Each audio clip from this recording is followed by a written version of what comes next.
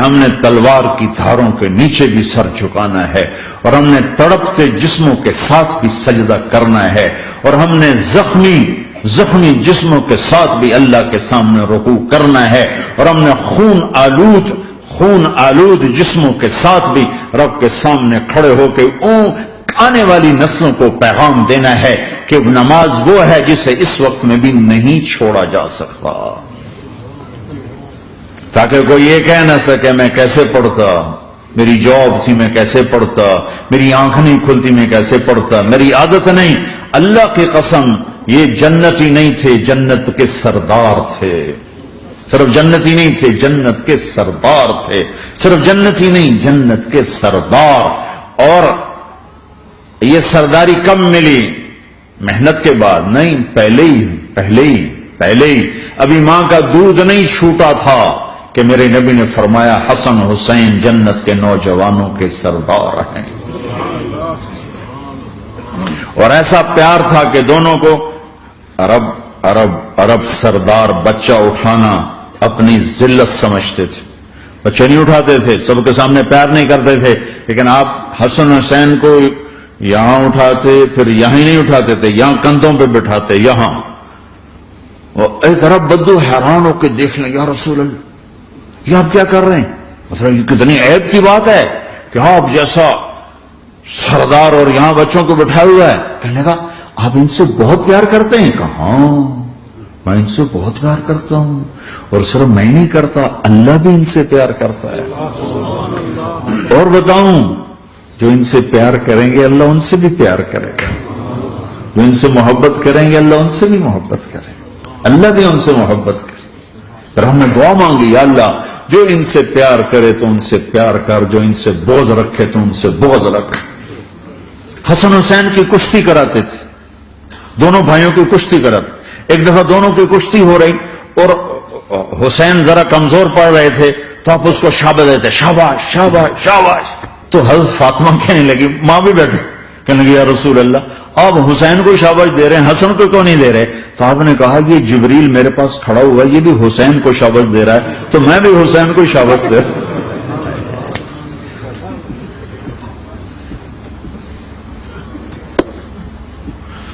ایسی ہستیاں،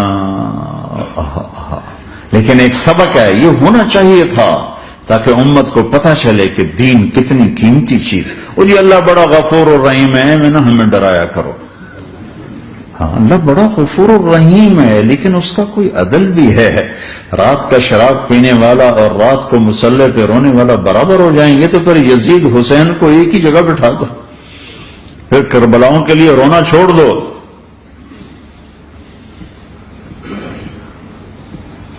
رات کو ناچنے والی، رات کو رونے والی برابر ہو جائیں گے، سود کھانے والا، حلال کھانے والا برابر ہو جائیں گے، شراب بیچنے والا اور مزدوری کرنے والا برابر ہو جائیں گے، جھوٹ بولنے والا سچ بولنے والا برابر ہو جائیں گے۔ افنجعل المسلمین کالمجرمین ما لکم کیف تحکمون ام لکم کتاب فیہ تدرسون۔ اس سے زیادہ واضح کیا بتاؤں کہ میرا رب کہتا ہے کون سی کتاب میں لکھا ہوا ہے کہ ماننے والا نہ ماننے والا برابر کر دوں گا؟ کون سی کتاب میں؟ اللہ کو یہ کہنا پڑ رہا ہے ام لکم کتاب فیہ تدرسون، کس کتاب میں یہ لکھا ہوا ہے؟ ام نجعل المتقین کالفجار، ایک بدماش اور ایک فرمانبردار کو برابر کر دوں؟ کہاں لکھا ہوا ہے؟ ایسی ہستیاں، جنگ سے پہلے اونگ آ گئی، آنکھ کھلی تو ہنسنے لگے۔ بہن نے پوچھا یہ تو ہنسنے کا موقع نہیں، کیوں ہنسے ہو؟ زینب کہا بہن اللہ کے نبی خواب میں آئے، فرما رہے ہیں بیٹا میں لینے آ چکا ہوں۔ تو اب نہ پڑھے نماز، اب کیا مسئلہ ہے؟ جنت کے لیے تو کرنا ہے سب، یہ جنت کے لیے تو کر رہے، اللہ کے لیے تو کر رہے کہ زر دادن و جان دادن نہ آئے از لذت دیدارش، خسرو چتواں گفتن سر دادن و جان دادن نہ دیدار خیارے۔ اس اللہ کے لیے تو سر کٹا رہے ہیں، تو وہ تو راضی ہو چکا ہے، نبی آ چکا ہے، آؤ بیٹا میں لینے آ چکا ہوں، تو اب نہ پڑھے نماز؟ نہیں، برمنگم والوں کو کون بتائے گا کہ نماز کیسی چیز ہے؟ ان کا جی وہ نہیں جنگ رو کرے گا، پھر چلو نماز پڑھو، نماز تو نہیں چھوڑی جا سکتی۔ آدھوں کو روک دیا تم جنگ کرو، آدھوں سے کہا تم نماز پڑھو، آدھوں نے نماز پڑھی، آدھوں نے جنگ کی، پھر جنہوں نے نماز پڑھی انہوں نے کہا تم آگے بڑھ جاؤ، ان سے کہا تم جا کے پیچھے اللہ کے بارگاہ میں سجدہ کرو۔ 1400 سال کی تاریخ میں ایسے نمازی میری نظروں سے نہیں گزرے، اور ایسی نماز نہیں پڑھی گئی نبی کے زمانے کے بعد۔ آپ نے بھی صلاۃ خوف ایک پڑھی تھی، وہ نبی تو نبی ہوتا ہے، اور کیا ان کا حال تھا، خون و خون، اپنے خون سے وضو کیے یا کربلا کی مٹی سے تیمم کیے؟ جب سجدوں میں سر رکھ کے سبحان ربی الاعلی کہا ہوگا تو دھرتی میں کیا ہلچل مچی ہوگی۔ نماز نہ چھوڑا، نماز نہ چھوڑنا، کوئی عورت نہ کوئی مرد، نماز نہ چھوٹے، اللہ کو، اور کبیرہ گناہوں سے بچو، کبیرہ گناہوں سے، بڑے گناہوں سے بچو، بڑے گناہوں سے بچو۔ چھوٹے گناہ ہوتے رہتے ہیں اور اللہ بھی درگزر کرتا ہے، بڑے گناہوں سے بچو، وہ بھی ہو جائیں توبہ کر لو معاف، توبہ کر لو معاف۔ ماں باپ کی نافرمانی بڑا گناہ ہے۔ ایک صحابی کی بیگم نے کہا یا رسول اللہ میرے خامند موت کی حالت میں کلمہ نہیں پڑھا جا رہا، علقمہ، آپ دوڑے ہوئے گئے، آپ نے کہا بیٹا کلمہ پڑھو، کہا جی نہیں پڑھا جا رہا، بول رہے ہیں، کہا جی پڑھا نہیں جا رہا، کہا کیوں؟ پھر آپ نے ایک دم کہا کوئی ماں باپ میں زندہ؟ کہا جی ماں راضی ہے؟ کہا نہیں ناراض، بولو، وہ آ گئی۔ آپ نے کہا علقمہ کی اماں تمہیں بچے سے ناراض ہو؟ کہا جی ہاں۔ کیوں ناراض ہو؟ کہا جی اور کچھ نہیں، بہت نیک بچہ ہے، تہجد پڑھتا ہے، روزے رکھتا ہے، قرآن پڑھتا ہے، مجھ سے بدتمیز ہو کے بولتا ہے۔ مجھے ابھی راستے میں بتا رہا تھا ایک ساتھی کہ جی یہاں کے جو بچے ہیں وہ ماں باپ کے ساتھ بہت بدتمیز ہو کے بولتے۔ پہلا قصور ماں باپ کا، انہوں نے کب ٹائم دیا تھا؟ انہوں کو ٹائم دیا تھا بچوں پر محنت کے لیے؟ کہا یا رسول اللہ اور کچھ نہیں ہے، بدتمیز ہو کے بولتا ہے۔ تو آپ نے کہا معاف کر دے، کہا میرا دل ٹوٹا ہوا ہے۔ آپ نے کہا اچھا اگر میں اسے آگ لگاؤں پھر سفارش کرو گی، معاف کرو گی؟ کہا پھر تو کروں گی، اتنا تو میں نہیں سہ سکتی۔ کہ اگر تو نے معاف نہ کیا تو سیدھا اللہ کی آگ میں جائے گا۔ ہے کون؟ صحابی۔ آپ نے کہا اچھا یا رسول اللہ میں معاف کرتی ہوں، میں معاف کرتی ہوں۔ تو آپ نے کہا بیٹا کہو لا الہ الا اللہ، تو اس نے کہا لا الہ الا اللہ، اور جان نکل گئی۔ پھر آپ نے اس کا جنازہ پڑھا اور اس کے دفن میں شریک ہوئے، قبر تک گئے۔ پھر آپ نے دفن کے بعد اعلان کیا جس نے ماں باپ کو دکھ دیا اس پہ اللہ کی لعنت، فرشتوں کی لعنت، زمین آسمان کی لعنت۔ نہ نماز قبول ہے، نہ روزہ قبول ہے، نہ صدقہ قبول ہے۔ کبیرہ شراب سے بچو، نشوں سے بچو، جھوٹ سے بچو، جھوٹ سے بچو، جھوٹ سے بچو، جھوٹ سے بچو۔ میرے نبی نے فرمایا میرا امتی ہر گناہ کر سکتا ہے، ایک جھوٹ نہیں بول سکتا، ایک دھوکہ نہیں دے سکتا۔ میرے نبی نے فرمایا جس نے دھوکہ دیا میری امت سے نکل گیا۔ نماز چھوڑنے پر کہا اس نے کفر کیا، جس نے نماز چھوڑی کفر کیا، اور جس نے دھوکہ دیا میری امت سے نکل گیا۔ من غش فلیس منا، جھوٹ نہ بولو، دھوکہ نہ دو، سب کچھ چلا جائے جانے دو، سچ کا ساتھ نہ، سچ کا ساتھ۔ ابن خراش رحمت اللہ علیہ کے بارے میں مشہور تھا، زندگی بھر کبھی جھوٹ نہیں بولا۔ حجاج کا زمانہ، ان کے 2 بیٹے حجاج کے خلاف جنگ میں شریک ہو گئے، پھر ان کو شکست ہوگی، وہ بھاگ گئے، پھر چھپتے چھپاتے گھر پہنچ گئے۔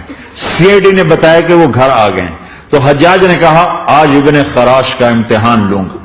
ان کو بلا لیا، کہنے لگا ابن خراش اور تیرے 2 بیٹے ہمارے خلاف جنگ میں شریک ہوئے تھے، وہ پہ بھاگ گئے تھے، ان کی کوئی خبر ہے کہاں ہے؟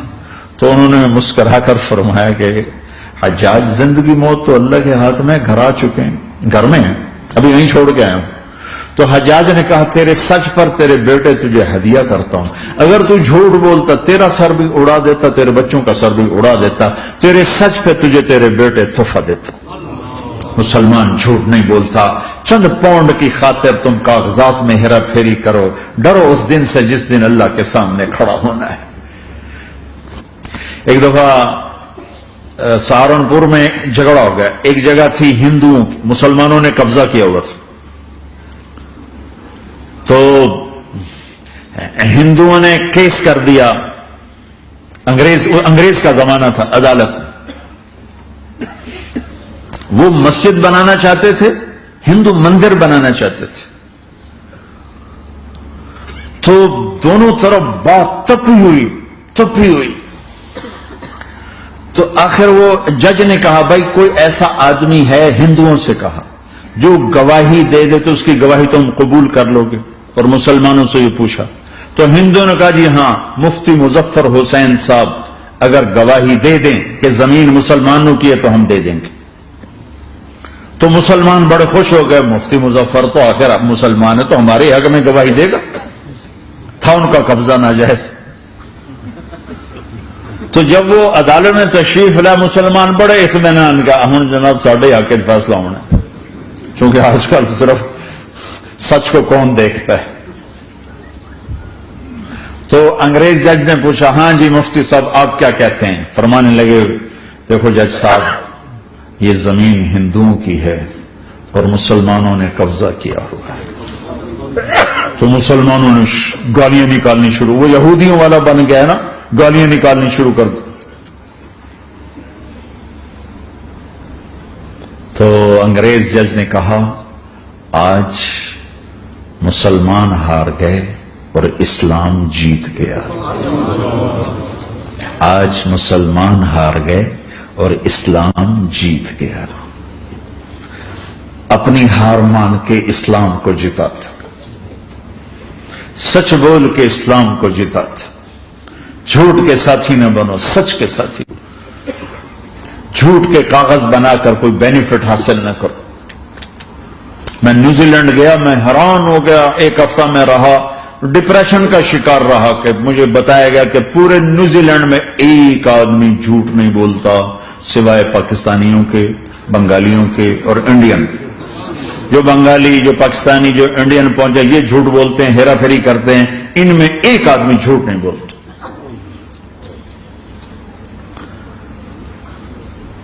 سچ تو ایک عالمی صفت ہے. جو اللہ کو نہیں مانتا وہ بھی کہتا سچ بہت اعلیٰ چیز. اور تمہیں تو تمہارا نبی کہہ رہا ہے الصدق ینجی والکذب یہلک، سچ نجات دیتا ہے، جھوٹ ہلاک کرتا ہے. کیا اپنے پیٹ سے کپڑا اٹھانا کہ حرم بیت اللہ کے اندر جیبیں کٹتی، بیت اللہ کے اندر جیبیں کٹتی. اور حاجی بیچارے کتنی دفعہ فریادیں کرتے ہوئے نظر آئے کہ جیب کٹ گئی، جیب کٹ گئی. بیت اللہ کے اندر، مسجد نبوی کے اندر.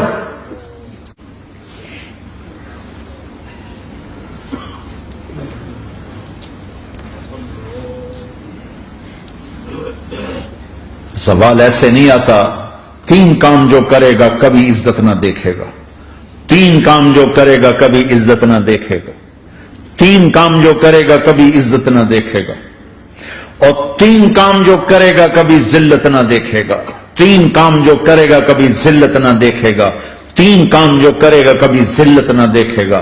جو جھوٹ بولتا ہے، جو ظلم کرتا ہے، جو دھوکہ دیتا ہے، جو جھوٹ بولتی ہے، جو ظلم کرتی ہے، جو دھوکہ دیتی ہے، عزت کے خواب دیکھنے چھوڑ دے. ذلت مقدر ہے اس جہان میں اس جہان.